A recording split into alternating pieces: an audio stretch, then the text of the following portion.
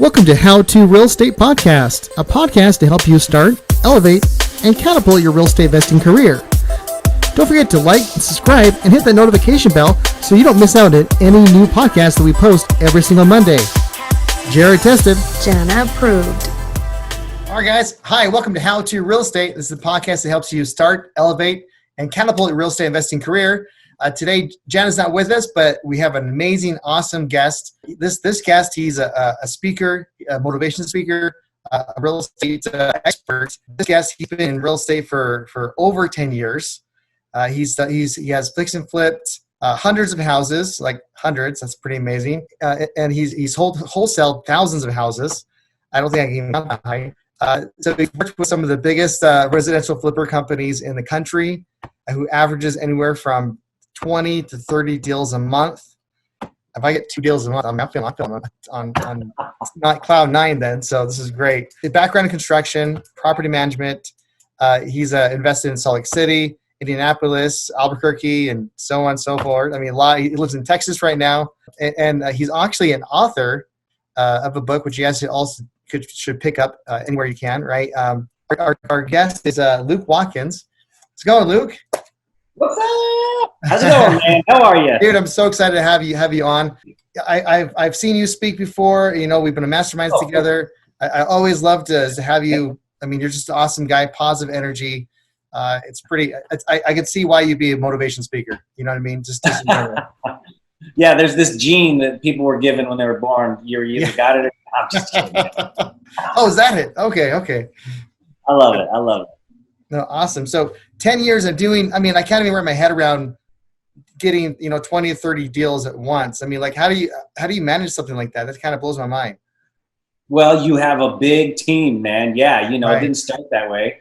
Sure. It starts with 2, and then you go to 4, and then you go to 8, and then you just keep the gas pedal down and start cranking, man. I mean, yeah, it was a fun journey. So like, I hooked up with Andy McFarland's team, who's up in Salt Lake, back when, he was doing it himself. And then myself and another guy joined his team, and we just kind of just doubled down on the marketing and just, hired an acquisitions person, a, lead intake manager, and then just, slowly but surely put these pieces together. And it was fun, man. It was fun. It was exciting. It's cool. That's awesome.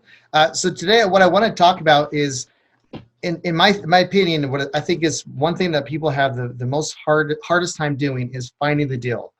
Yep. And there's so many, like hundreds of ways of actually trying to find a discounted property other than just going on MLS. And so I really kind of want to dive down, and we can kind of talk about some things that you've done and you found success in. Obviously getting 20 to 30 deals a month, you obviously know 1 or 2 things. But before we do that, I kind of want the audience to know a little bit more about you. How did you get started in real estate? How did this whole journey start? I mean, this is pretty. Yeah, well, it's similar to a lot of people's, man. I was a punk when I was a kid. Literally, I was in a punk band, and that was my life forever, man. Awesome.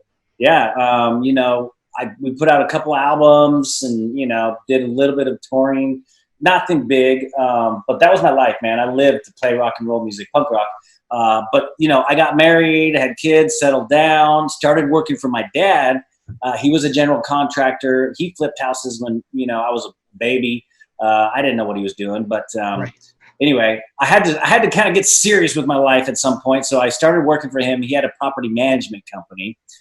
So we were managing rental properties for investors. And I started, low man on the totem pole. I was a maintenance technician, right? And then moved my way up to kind of marketing and sales, and then stumbled upon Rich Dad Poor Dad, right? And that's why I said it's like a lot of us. So I read Rich Dad Poor Dad, and then that just completely shifted my mindset, my paradigm shift, right, if you will. And then I was on this journey of self-development, and I was just dead set on being an investor. And probably like a year after I read Rich Dad Poor Dad, I just quit working with my old man. I bought a $500 course from Bill Broncheck on how to wholesale, and went broke in 3 months. But then 3 months later, got my first wholesale deal, and then literally like 2 weeks after I got my first wholesale deal and made $6,000, I got my first flip. and I ended up making 18 grand on that. And then it was just kind of off and running ever since, man. So yeah, it was a fun, good journey, man. That's awesome, man. So during those weeks where you went broke, was there any moment in your time where like, this is what I just wasted my money? What did I do? I mean, did you get to that point, or is this like, I'm doing this thing? Yeah, I was pretty determined, and I would say that's one of my positive character traits, right? That I have, and now my kids have it, and I don't know that I like that, but but anyways, no, I was determined, man. I mean, there was a point where I had to like go back to my dad and be like, "Do you have any jobs for me?" And kind of put my tail between my legs, and then I would go do some miscellaneous like filing at my mom at her office, and but it didn't stop me, man. Yeah, no, I was like at night handwriting yellow letters, sticking them and doing the envelopes and sending them, and I was getting leads. I just I didn't get a deal. So no, man, nothing stopped me. I was super determined. It was do or die. Yeah, it's awesome. Life was a lot easier back then, though. I'll tell you that, because I think we had like one kid, and now I have 5, so it's a little different. But yeah. Ooh, 5 kids. Yeah. I mean, I'm stressed with 3 kids, so I can't imagine two more. I was stressed with 3 too. Yeah, right. Exactly. Awesome, so, man. Yeah. This is cool. So finding deals. I mean, I don't know. What's your opinion? Why do you think people have such a hard time finding deals? That's like the number one complaint, other than money, but they find the money. That's my opinion, at least. Yeah, man. I don't know. That's a great question, actually. I don't know that I've stopped and thought about that, but it's really, I mean, there's so many different ways, like we were talking before. Yeah. And that's not the hardest part of this thing, but the only thing I can think of, man, is like, for whatever reason, and I'm guilty of this, especially when you're getting started, we just get this block that like, we need to know everything before you take any action. Right. Right. And my journey, I realized, in hindsight, that not until I started taking action do you start learning, you know what I mean? But It's fun because we'll just sit there in those rooms of RIAs, the real estate meetings, and learn and learn and learn and learn. And you feel like you're an investor, but like you just don't do anything, right? Yeah. But I don't know, man. Yeah, I will say that it takes time. Like, because I work with newer investors as well, doing some coaching and stuff. And like, it's almost like the world we live in is an instant gratification world. And I'm straight dead honest with these people that I'm working with. I'm like, look, it took me 4 months to get my first deal. Like, You got to expect 3 to 4 months before you get your first deal. How long did it take you to get your first deal? I'm curious. It was like 6 months. Yeah. So, see? And the thing is though, like, so I bought an education course, and so there was so much of, it wasn't just like wholesaling. It was like, it gave me wholesaling, it gave me buy and hold, it was like kind of a whole thing. And so I had shiny light syndrome. So I was like learning a little bit of this and a little bit of this. Like, I want to do this, I want to do that. So I was just like, I don't know. I learned a whole lot about everything, but not enough about one thing to actually be successful, right? So it took me a little bit longer. But the thing is, when you say it takes 4 months to get a deal or more, I think that's like 4 months of actually hitting the grind. You know what I mean? Because I've seen people where they start, whether they go on a YouTube University or they buy a course or whatever it is, and it's just like they say they're doing it, but they're spending maybe an hour a week, something like that on it. It's not gonna happen an hour a week. Sorry. I mean, you can get lucky. Something may fall in your lap, but I mean, it's just not gonna happen. Yeah, and you bring up a really good point, and I'm glad you said it, is, I think that as newer investors, like you did, like we get shiny object syndrome. And also in hindsight, of course, one of the things I realized, and one of the first principles I teach people, is you got to get clear on what your strategy is and just focus on that, man. And I see people that are like, well, wait, maybe I'll get rentals. Well, maybe I'll flip. Maybe I'll storage units, apartments, and they're all over the board, right? It's like, dude, just pick one. But the other thing that I'll tell people is like, dude, if you want to make money, which usually is the result that people want when they get into real estate investing, take the actions that are going to produce deals, which is making calls, talking to people, making offers. If you don't make any offers, you're not going to get a deal, Right. So I mean, I can't tell you, like, the thing is, finding a deal, when you're finding it on your own, it's a grind. I mean, that's the best way to put it. And when I heard you spoke in RIA one time, you nailed it, like spot on, where you're looking at what you have. So sometimes you have a lot of time or you have a lot of money, so can you expand that a little bit? And then I think that'd be kind of, that's a great transition, actually, because speaking of how to get deals, and I created this PDF called the 77 Ways to Find Deals. And I'll give that to anybody who wants, but I didn't do that to distract people and be like, wait, there's too many, but to show you that there's a lot of different ways to do it. And that brings up the point of, okay, listen, let's think about where we are right now in our lives and be honest with ourselves. Do I have more time right now to get started in real estate investing, or do I have some money? Right? If you've got time, there's X, Y, and Z to do. If you've got money, there's A, B, and C to do. Now, if you've got both, then, that's great. But again, even if you've got both, you should still only pick, I tell people 2 to 3 different things at most, and just really hone down on those. So, I've broken down, there's the free methods. And when I say free, I put in parentheses cheap. Relatively. Really, yeah, exactly. Nothing's really free. Right. And then there's stuff that you can do that you have to pay for. And, they're both effective and they both work. So yeah, did that help expand on the time versus money? I think so. It really does. And I think once we kind of go into more like what those are and how that makes sense it'll shine some light on a lot of things. And I think you're right. I think people need to, like when they're first starting out, because there's so many options, they just choose one. And I use this analogy a lot, where one of my mentor actually uses this analogy, and it's kind of like stuck with me. Like it's like the first guy that spins plates on sticks. What does he do? He takes one plate and he works on that one plate. He's working on the other ones. First, he gets one going, and he works really hard on that one plate. Then once that's sustainable, he grabs another plate and puts it on there and starts spinning it. And now and again, he'll go to the old plate and keep it going until he's adding more and more and more. So it's the same with our lead funnel. If we're choosing one, if I'm doing Driving for Dollars, for example, I need to make sure that I'm finding deals from Driving for Dollars. I'm getting money from it. I got a system going. And so I don't have to put as much effort into still bringing leads. Now I'm going to go to mailers. Okay. Now, so on and so forth. And that's kind of like the beautiful way. So with the time, so, okay, let's just pretend, because a lot of people start out, maybe they don't have a ton of money. Maybe they're just going to YouTube University. They're checking on podcasts like this. They're trying to learn as much as they can. So they may have some extra time on their hands. They work a 9 to 5, but they have from 5 to 11 o'clock at night to do some stuff. What are some really good prime things that they can do to find some leads? Yeah, that's great. Driving for Dollars is the best, I think. And you don't need an app to do it. I used to just drive around and write addresses down, right? Looking for the vacant, ugly houses with tarps on the roof, broken windows, notices on the doors. I mean, those sellers or those owners are probably motivated. And I always use the word probably because they might not be, right? Yeah. But Driving for Dollars is a great way. But I'll tell you what I used to do at night is recently in the last couple of years is I created a Google spreadsheet that I could cut, copy, and paste and text people. Right. So like I would get a list. I was getting, before I was using the texting software, I use texting now, but texting's free. Right. And like, if you don't care if people call you back, I know some people are weird about, well, I don't want to use my cell phone because what if they call me back? Then use a Google Voice, voice. It's free. And you can text. So I created a Google Sheet and I had a Google Voice and I would cut, copy, and paste, and I could do about 100 an hour, So, and I would get a list. I subscribe to do different lists now, and there's different types of motivated seller lists you can get. Sure. I don't think any of those are free except for the Driving for Dollars one. But I think that's the quickest way. Other than probably the best way is just networking.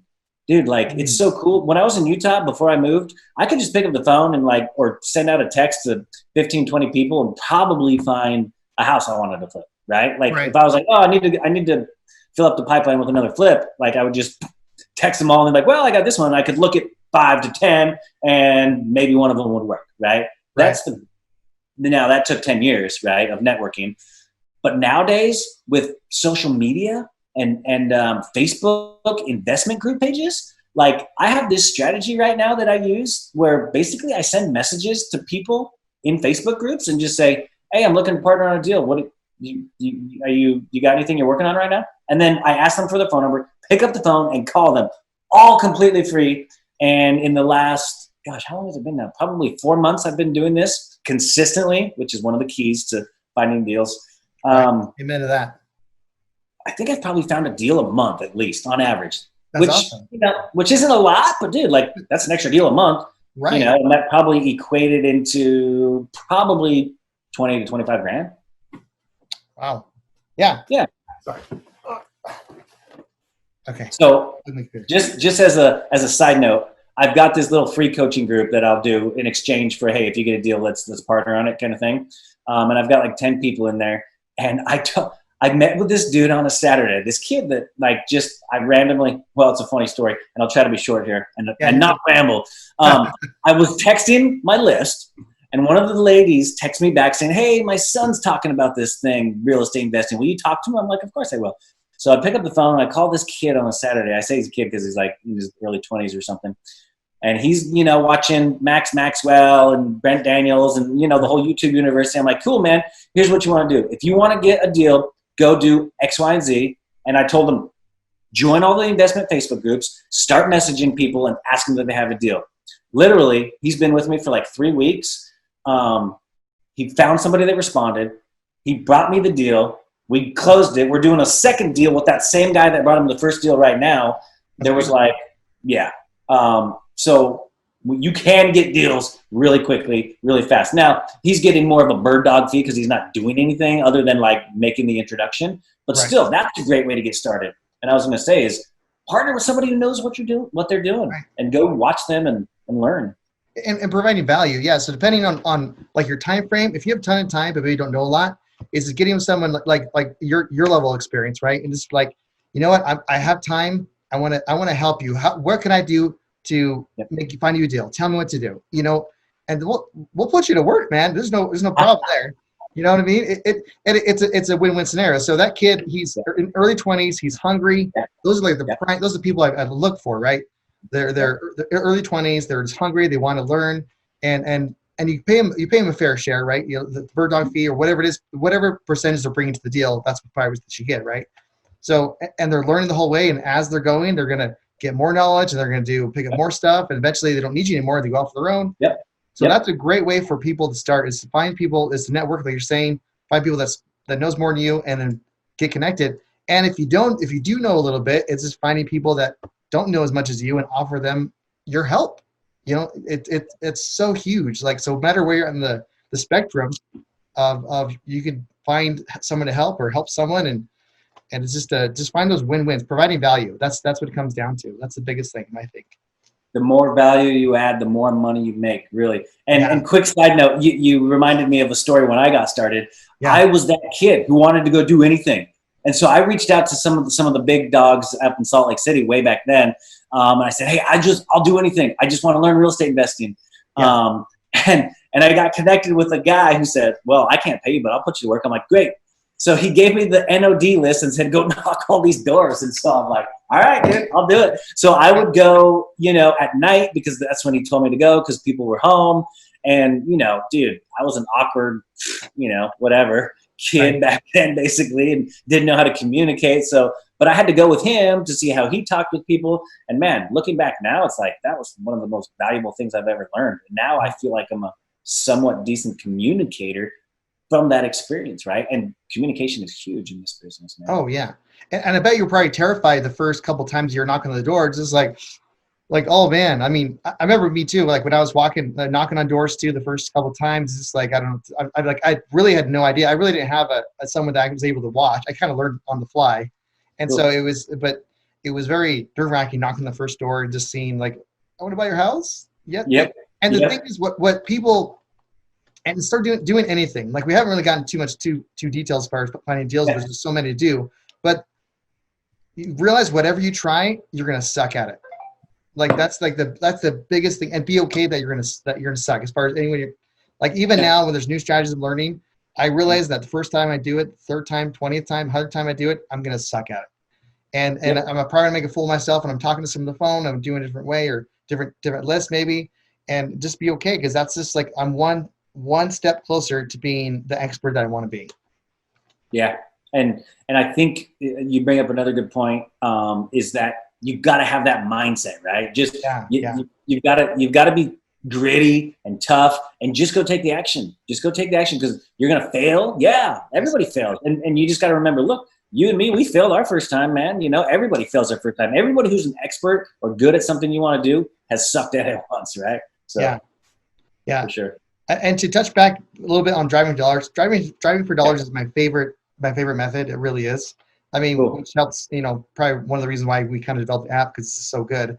But it's when I first started driving for dollars, I was like, that is the stupidest thing I ever heard in my life. Drive around looking for a property.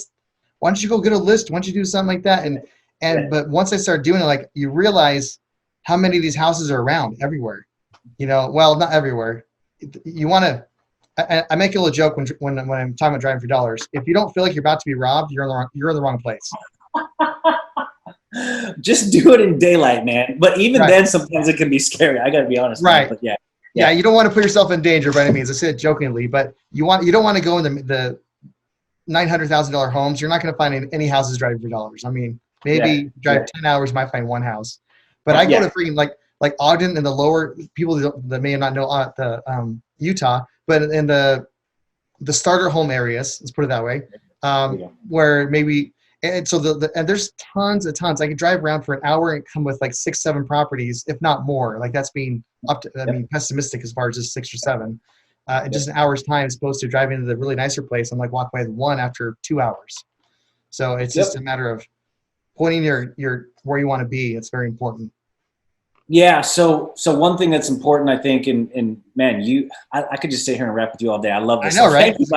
No, seriously. But you bring up another good point, and I just keep thinking of these things. Is like you've got to kind of set some goals, right? And have a goal. And with driving for dollars, I don't do it like I need to get X amount of properties. I just say for a certain amount of time, I'm doing it. Yes. Right. And that's the same with cold calling, which is another great way to do it, as well as texting. It's like just set some time. That way you're making these little baby steps forward and you're getting that progress. Right. And I think is what people. It's hard people get into a routine because like they're working their 9-to-5 job. They get home, then their wife, their kids, or maybe their husband, whoever the side they're on, is calling, I got to do this, that. And so their life takes over. And then they just like, by the time it's over, like I'm just exhausted. So what I recommend, what I tell people, like if you're going to do driving for dollars, if you're off at 5 o'clock, then from 5 to 7 or 5 to 6, maybe even 5 to 5:30, pick a time, block it off, tell the wife, you know what? From now on, I'm not coming home till 7. I'm not coming home till 6 or whatever. And then directly from work, get yourself an energy drink, do whatever you got to do, and just start driving and then mapping it out. And honestly, for me, like I don't even bring paper with me. I take my phone, I take a picture of the house, and I take a picture of the street name or of the house number. Then I take another picture of the corner of the street where actually tells you the street name on it. So I take like 3 pictures and I have the address and it's in my phone. So I don't have to, write anything down and whatever system that makes sense for the people that are doing it, you're going to find your own system. And that's true for if you're making phone calls, like block it out. Like I'm going to make a phone call from 6 to 7 and tell the people around you that you love, like this is sacred time now from 6 to 7, sacred time, guys. You have to communicate because you're not going to expect them to follow your dreams because they may not understand your dreams. They may not support it, and that's okay. You just got to be like, guys, this is sacred time for me. I love you. I'm going to give you this time, but you worry. You're going to have bedtime stories. We're going to do all this stuff. But from this time, I'm building my fortune, not building my empire. Whatever you want to call it, right? There you go. All right. I go on tangents too. So yeah, there you go. I love it. Yeah, no, man. I mean, I tell people just go on Saturday for like 2 hours. I love taking one of my kids and I'll rotate through, the older ones. Really, there's only 2 of them that are old enough now. And, the one that's almost old enough, he's like, I want to do it. Because I'll tell him, if I get one from our session, you're getting $500, right? And so they're so freaking motivated to come with me because they'll use my phone and I'll drive because it's not hard to drive and use the phone, but I don't recommend it, of course, because it's against the law. But but yeah, no. So but even that kid that I was talking about earlier, I mean, he works like at a carpet cleaning job, and while he's driving, he's just like, oh, boom, oh, there, and he does like one a day. But dude, like it's just consistently adding those things, and then we plug everything he does into our system, which is texting, cold calling, and so. Right. And the thing is, like finding those hungry people, like even if people maybe don't want to learn about real estate, but they want to earn extra $500. So on Facebook, like you said, you can put message like, hey, I'm looking for someone to drive for me. I'm paying $500 every time I find a deal that closes. So like anywhere like those classified Facebook page groups or anything like that at all in your area. And people are, especially nowadays with the coronavirus, people out of work for months. They're like hungry, like literally hungry, and so you find that win-win where you only pay them if it's actually successful, or just give them like, hey, give me a lead like $20, or whatever you want to do, whatever makes sense for you in that time. it's pretty easy to capitalize on other people's time if you don't have time. You know what I mean? Yep. But Excellent. so we talked about networking, driving for dollars. What are some other ways we have time that we find some deals, you think? So yeah, I mean, for if you just have time, I think those are the best ones. Networking, specifically, find somebody that's doing what you want to do, and go kind of, tell them you can help. That's huge. I know that we're just getting back to kind of being social again, but man, I built my business on going to Rios. I did, man. I mean, that's where I built my buyers list. Now I wish I had Facebook, but dude, like, it is what it is. Nowadays I can just go to Facebook and find 500 to 1,000 buyers in an hour. You know what I mean? And copy and paste them and put them in my thing. But yeah, that's the best. Driving for dollars. Dude, I share with people all the time my little Google sheet that I made. I'm like, here, dude, copy and paste the formulas and create your own little thing, man, and start texting people at night for free. Right. I mean, for cold calling and things that are just kind of mundane, you can do other things. Like, I've heard of people playing video games while they're cold calling, right? Yeah. I would watch TV with my wife while I was just copying and pasting these text messages, right? And dude, I got a deal in December from me just driving back and forth to the gas station. Oh, that one, right? After like 5 texts to this lady, she's like, well, I don't know. We've had low offers before. Anyway, dude, I made like 12 grand, from nice, just from a house that you see driving down the street. So I think with time, it's those, man. It's the, you could text, that's free. I mean, you could drive for dollars. There's probably a little bit more you need to know about that as far as getting skip trace and stuff. But, right. And then the networking's huge. Yeah. Facebook. There's deals all over Facebook. Phone calls too, making phone calls, like getting lists. I mean, that's always gonna be helpful. But just like, honestly, there was a time where I was making like anywhere from 200 to 600 phone calls a day. Now that's using a dialer, so I'm making like 100 phone calls. I'm only talking to like 6 people an hour, so it's not. Don't get too like, how do you do that? So it's using dialers, or even if you don't have a dialer, you can always just start hitting those numbers and start making phone calls. And people like get really nervous about calling and knocking on people's doors. And there's a lot of cool scripts out there and strategies to do it. Me personally, I cut all the bull, and this may or may not be the smart way to do it. But if you're worried about like, I don't know what to say exactly, I just say, you know what, me and my wife are looking to buy a property. Have you ever thought about selling? Like, and wait for the response, then they'll respond. And I know there's better ways of doing it, but for me, like my personality, I'm like this. I'm all about the next. Like I don't like. I mean, if it's not a yes, then okay. We are a lot alike, man. It's funny. Like, I don't care either. I mean, I like to build rapport and talk to people and do that stuff. But like, if you're not motivated, like, I'm on, man. I'm done. Like, hey, this is what. If you want to sell it, I'll give you an offer and let's talk. But like, I don't want to. Yeah. Anyway, it's just kind of funny. But those are the ones for time. Now, if you've got money, do you want to dive into a couple of those? Oh, yeah. So in the past, we've spent a lot of money. I say we as a company, right? Right. Direct mail was always a staple. Direct mail. You can get postcards for like 35 to 45 cents. That's what I would recommend, because usually when you're doing direct mail, it's quantity over quality. Now, that being said, there's the niche list concept. And if you're doing those, you might pay, a little bit more for what you're going to send, which could be a letter. It could be the professional letter. It could be the yellow letter. And you could just Google all those things and you'll see exactly what I'm talking about. Google yellow letter real estate investor or professional letter. And those are like $1 to $1.50. If you're doing niche lists, and I had a lot of success mailing to probates, and I would send them a professional letter, and that was good. So direct mail always works. Now, a lot of people think direct mail is dead, but it still works, even though it only gets like 1 to 3%, depending on as far as response rate. When you get a deal, they're ready. Like, they responded to you because they want to sell. So it's effective.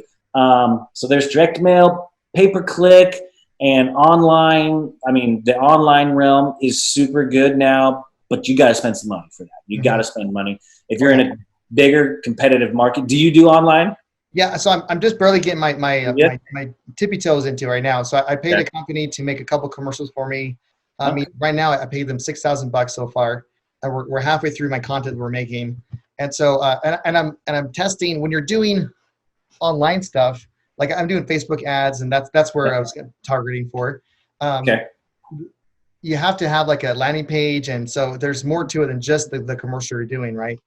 And you don't have to go far out like pay a company. You can just honestly get your cell phone, do a little like, hey, I'm Jared, I buy houses. Honestly, if that's, you don't have to go all out, right? I mean, I had the resources, so I was able to go all out because why the heck not? If I had the resources, do it.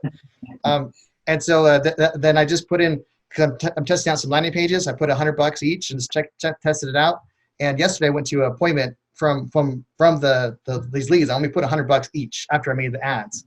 You know, so I made a pretty big investment to get the ads, which I can use. They're evergreen, so I can use them forever. Yep. And then now I just going to put money into the ads and just start having stuff come to me, right? That's traffic. You're paying for traffic, right? Yeah, exactly.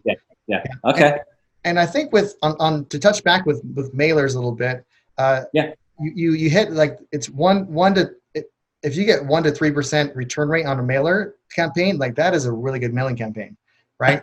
and I see people like they'll say like, oh yeah, try mailers. Like, well, how many did you send out? Well, I sent out 10. I'm like, dude, that's like nothing. You got to send out like thousands, hundreds and hundreds to really get any real return. You know what I mean? Yeah. And another thing with mailers is it usually takes a nurture period of anywhere from 3 to 6 months, man. Yeah. Back when we were talking about going big with this thing, and at one point we were doing like, you know, hundreds of thousands of mailers. You got to commit to doing, like, realistically, you should probably commit to a year, but if not that, at least 6 months. Yeah. And if not that, at least 3. And I talk to people all the time. And actually, we had a client once where we were going to help them with a direct mail. And I said, look, if we're going to do this, you have to commit, because if you don't, it won't work. Right. And lo and behold, after a month, he's like, that didn't work. I didn't get any phone calls. I'm not doing it. I'm like, dude, I told you from the beginning, man. Right. Yeah, you totally have to commit, because what happens is they remember you and they hold on to those things, and they'll hold on to it for years. And then when the time's right, for whatever reason, they call and you're there, right? So, yeah. The thing is, you want to be on the top of their mind. So if you're sending a couple of mailers to one person during that 6 months period, you're cultivating them. And so like when they get to the point where the taxes are due, or they just lost their job, or they're just getting divorced, and they're like, and you've been getting these letters from Luke for the past like 6 months. Oh crap! Yep. You know, I'm going to call this guy. He's the one that actually he wants to buy my house. Like, he's motivated to buy my house. I'm going to call Luke. You know what I mean? So it's just being at the right time, at the right place. And if you consistently send those mailers out, you're going to, and the thing is, even if you don't, the great thing about mailers, even if you don't have like a list, you can actually go to the post office and say, I want to send everyone to this a postal code, this zip code. I want to send them this mailer, and they'll do it. You can do it. You need to do some due diligence. I'm sure every county is a little different, but I've looked into that and do some mailers like that. And there's certain formats you have to do. So like they have to, you know, so find out before you start printing. I printed a bunch of postcards and I didn't have the right format. Learn from my mistake. Yeah. Get the right format first if you want to do something like that. But but it's pretty cool. Yeah, no, I mean, and then there's, you know, having your own website, and there's like SEO, which is search engine optimization. And honestly, I don't know much about this computer stuff. I'm not that smart. You know, I'm on that tweener generation where I'm like, kind of know about stuff, but not quite, right? Right. I mean, I know what I use, which is email and the internet, and I can do that stuff all day. But like when it comes to like, I don't know how to read code, do landing pages. I'm just not a tech guy. But I know that it works, but it's a little bit more expensive. And PPC, like in particular, especially if you're in a competitive market, like I think it's probably ridiculous nowadays. I mean, I think if you don't spend a minimum of like anywhere from $3,000 to $5,000 a month, forget about it. Like, you're just throwing your money away because you won't get, because other people outbid you, basically, right? Yeah, definitely. And I don't know how it works. Again, you know much about it. It's like kind of like a bidding war or something, and whoever pays the most wins. It's depending on the, like, if the keywords I want to do is like sell my house in Utah fast or something along those lines.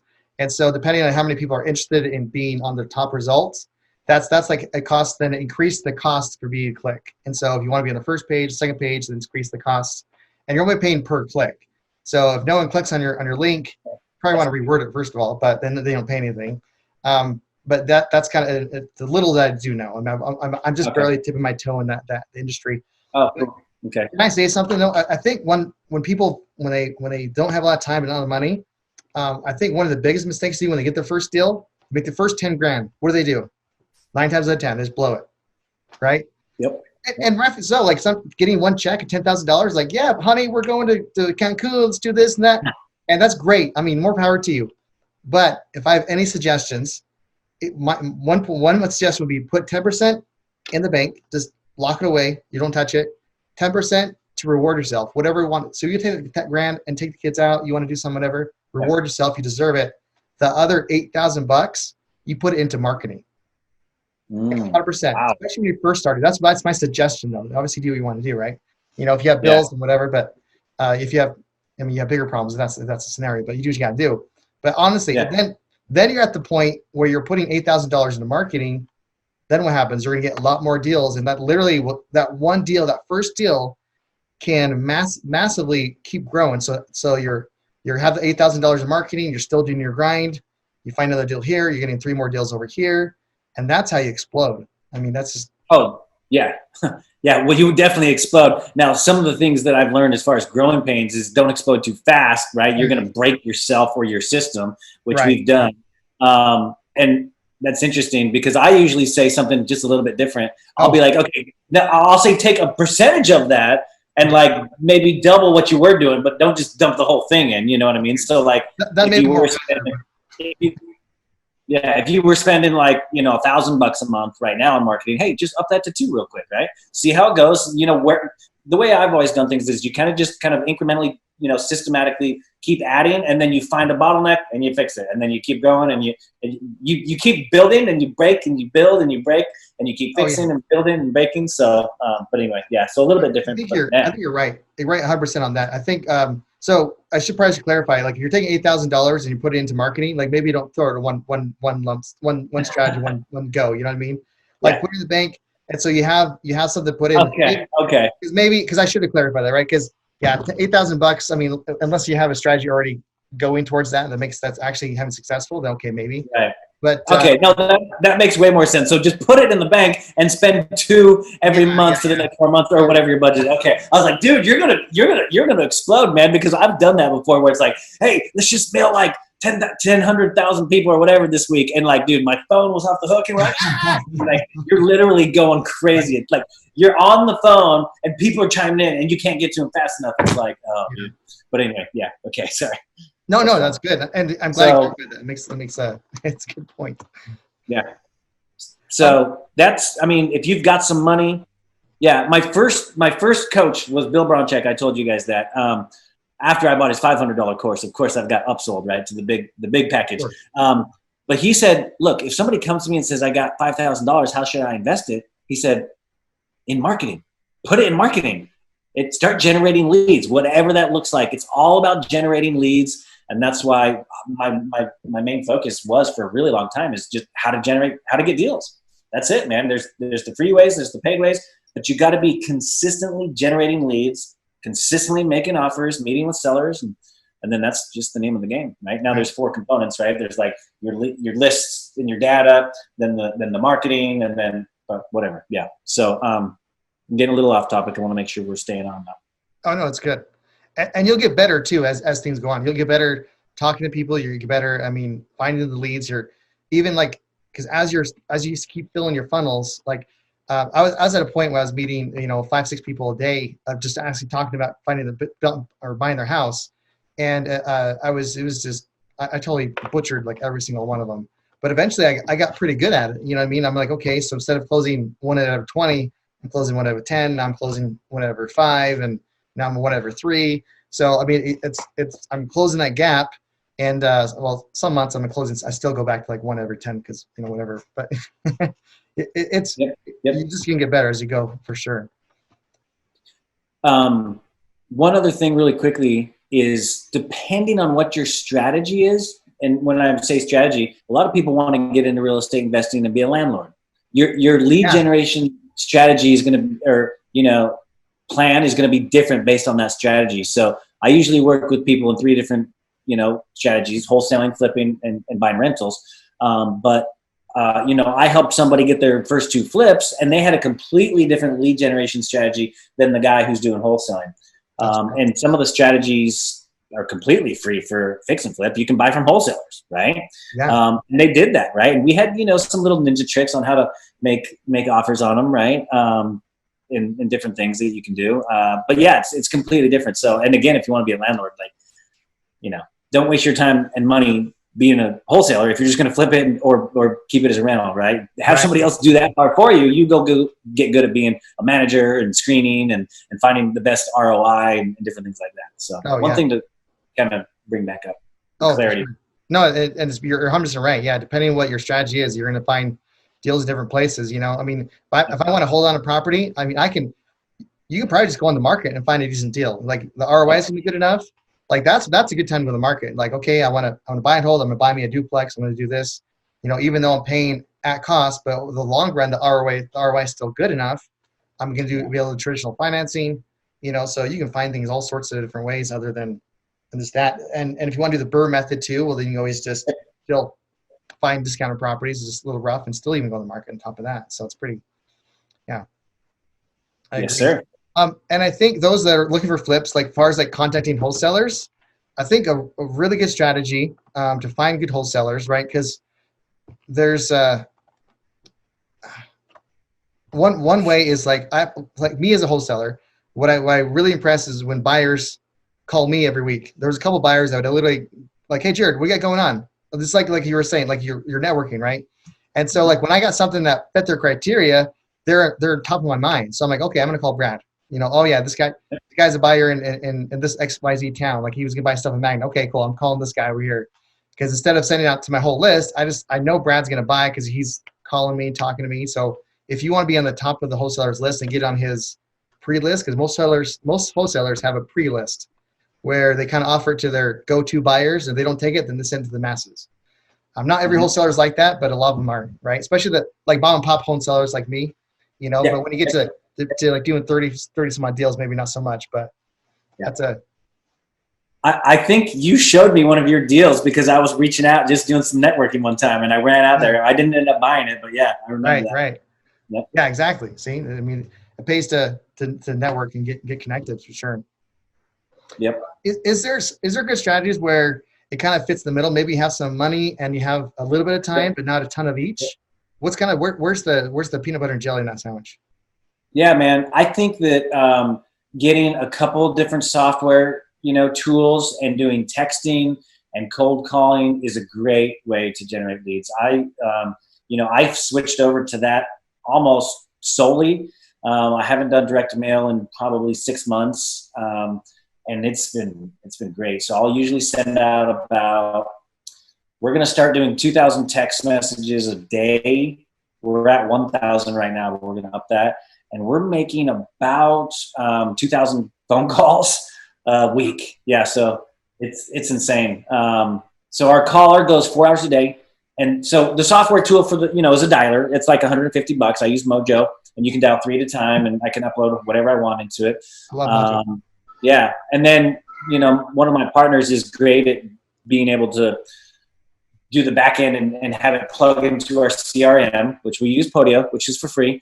But if somebody says yes, we just automatically push it over, and then it's in the CRM. And then the other one I use for texting is Lead Sherpa, right? And I'm on the $500 a month plan, and I can upload 10,000 contacts a month for $500 a month. And they have a cheaper plan. They didn't used to, but now they have a cheaper one that I think it's like $200 or $300 for 2,500 or something. But the cool thing about them is you can text that list as many times as you want. So I'll upload 10,000 every month, but I'll keep texting the last month's 10,000 over and over and over. And I'm on an every 2-week rotation where I'll text people every 2 weeks. And, this is like an old marketing or sales general rule of thumb, but I think you don't usually get in contact with people until like the 7th. I can't remember what they say. It was like the 8th to 12th touch or something. Yeah. And it's so true. I'm literally like shocked. I love texting because you can get an instant response, whether it's yes or no. I just love that it's instant. But then it surprises me every time. I'll go back and count how many times I've texted them until they respond. And it's like, dude, that's insane. Like, you just ignored me for like the last 3 months, and now you're ready to talk. All right, let's talk. Right. But yeah, it's cool. So I use those two right now. And then I'm big into network Facebook, man. Facebook is just where it's at. In Dallas, it's insane. I mean, there's probably 50 investment groups that have thousands of posts a day. There's deals, there's contractors, there's buyers. It's all, dude, like if I wanted to, I could restart my business and just do Facebook all day, every day. So you literally, if you had to start your business from day one, you would just hit Facebook. That'd be like your one strategy if you were at square one. Well, so yeah, man. I mean, that's what I'm telling a lot of the people that I'm coaching these days, especially if they don't have money. It's like, dude, you can find sellers, and there's little tricks to that. You can find buyers, easy, man. It's easy to find buyers. Yeah, there's certain groups that you look for sellers, and then certain groups you look for buyers, and then, dude, as a wholesaler, you're putting them together. But if you're a flipper, I mean, I look at hundreds of emails every day, and then in all the groups. Yeah, I mean, it's easy. It's so easy these days. I mean, finding money's hard, getting contractors, some of those things, but that's where the networking comes in, man, and that's free too. So yeah, you can use those same skills to finding the deal, to finding the good contractor, to finding money partner. Hey, I got a deal. I need. Yep. If you have a solid deal, honestly, if you're reaching out to people and you're networking, like, I have a great deal, I just need a money partner, and you'll get people like, oh yeah, I need a deal too. Well, let's do this together. You know what I mean? So it all kind of comes together as long as you're networking. I think that's the biggest thing. Yeah, when I got started, I remember the president of the Salt Lake Real Estate Investors Association. He just said, look, a lot of people are scared. They're like, well, I don't have $100,000 to buy the house. It's like, well, it doesn't matter. Just go get a good deal, and the money will come to you. Believe me. Like, people will be fighting over your deal if you get a good one, right? So yeah, and that's the thing. Like for me, like especially when I first started wholesaling, when I couldn't find a buyer, I was like, well, why are they doing this? Like, well, then I I did another analysis. Like, well, this actually isn't that great of a deal. So if you find a deal and you're like, you can't find a buyer, and you're actively, let me phrase it, you're actually putting it out there, like you're trying to find a partner, not just like you talked to 3 people and then you were done. No, like you're actually moving on it, right? And no one's biting on it. It may not be a great deal. You may want to renegotiate that particular deal and get something cheaper. So it is juicier. People are going to want to partner with it too. So that the market will tell you what's good or what's not. Not just selling it, but getting partners is the same thing. Yep. Yeah.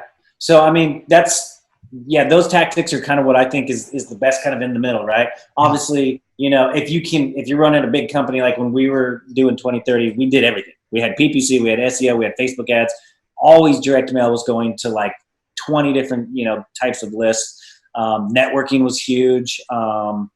We didn't do as much texting and cold calling back then, but that was a couple of years ago, where now that's kind of one of the main things.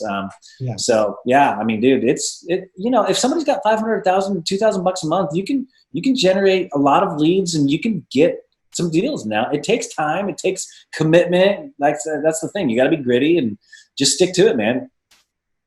Right. Yeah. And don't be afraid of rejection, and you stick with it. It's a grind, and then be consistent, put in blocks of time where you're going to do certain things, and tell your spouses and families you're doing this X, Y, Z, and you'll find the deal. It'll take you 4 months, but you'll find it. Maybe sooner. Well, dude, and one of the things I love about being a wholesaler and chasing leads is sometimes it gets monotonous and it's a numbers game. And we know that, but dude, for whatever reason, I love like the chase, the hunt, right? Because then when you get one, because it's been building, right? And it's like, no, yeah. You know what I mean? And it's like so exciting when you get one. Yeah, that's me though. I don't know what it is, but it's like the chase, the hunt. I don't know. So I'm right there with you. It's like it's adrenaline rush. When I finally get someone when I get someone say yes to an appointment, like, yes, okay. Yeah. I mean, it's just like small things and small victories. It builds up. Yeah. Awesome. Yeah. Yep. So, and I think, wasn't it in like Rich Dad Poor Dad, one of Kiyosaki's books, he said, I got to look at 100 houses to make 10 offers to get one deal. That's about what it is, man. Right. Maybe more now, but yeah. So. Right. Yeah, it definitely. And the thing is, I mean, I don't know. I think we're at a good time right now. People start looking to real estate because the market is really looking like it's gonna dip at the very least. So I think people are going to be a lot more willing to negotiate. People are going to be a lot more willing to have a conversation with people that before they would have no way. So I mean, I've been even touching back my old list and reaching out to these people that were in trouble. And so it's just a matter of being consistent, being the front of mind to get hold of these people. It's pretty amazing. Yeah. If we can provide a solution to people that, need to, exchange their equity for, a quick cash closing, or if we can help structure some creative, whatever we, if you can like sincerely, have that, wanting to add value and help people in the back of your mind, like, I just think you're always going to win. Right. And I think I was telling you, man, it's just like, man, you know what? I just have an abundance mentality. And because I have that, it's true. Right. So there you go, man. No, absolutely, man. This is, oh, wow. This is, excuse me. You're getting me choked up, man. No. So this has been phenomenal. Like I've learned a lot. This is great. I'm going to bring you on to my podcast again if you want. This has been fantastic. Oh, would love it. So where can someone get a hold of you? I mean, if there are listeners out there, they're like, you know what, this is the guy I want to work with, whether this through digital or virtually, or actually they're in the Texas area. I mean, where can someone get a hold of you? Yeah, I'm just on Facebook.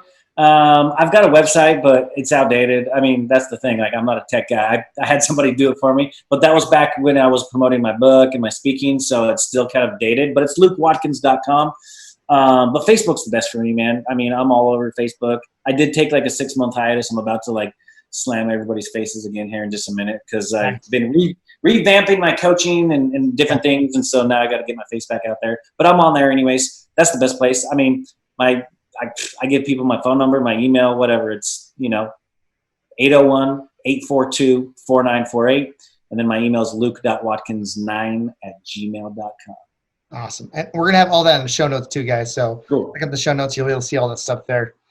And we'll have his address and his social security number there too. So yeah. I'll make sure to put my bank account number in there. Yeah, put that there too.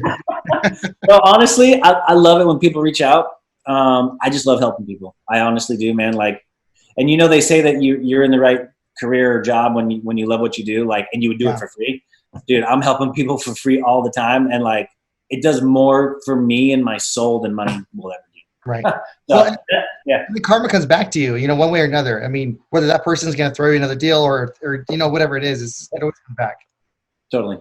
Yeah. So, yeah, thank you. Yeah, no, thanks again. Thanks for coming on. It's been phenomenal. It's nice to have someone with so much experience and just have that growth mindset is huge. And you obviously have that. So, I mean, it's been phenomenal. Thanks for sharing your knowledge. It's been great. All the listeners out there, if you're watching this on Facebook, YouTube, make sure to like, share, and subscribe. If you guys listening to this to any of the podcast formats, make sure to like, give us the highest rating. It really helps us out to see and help more people. So, all right, thanks guys. Well, we love you a lot. See ya. Thank you. We hope you liked that podcast. Stay tuned for next Monday for a brand new podcast and a brand new guest. Make sure to like, subscribe, and share.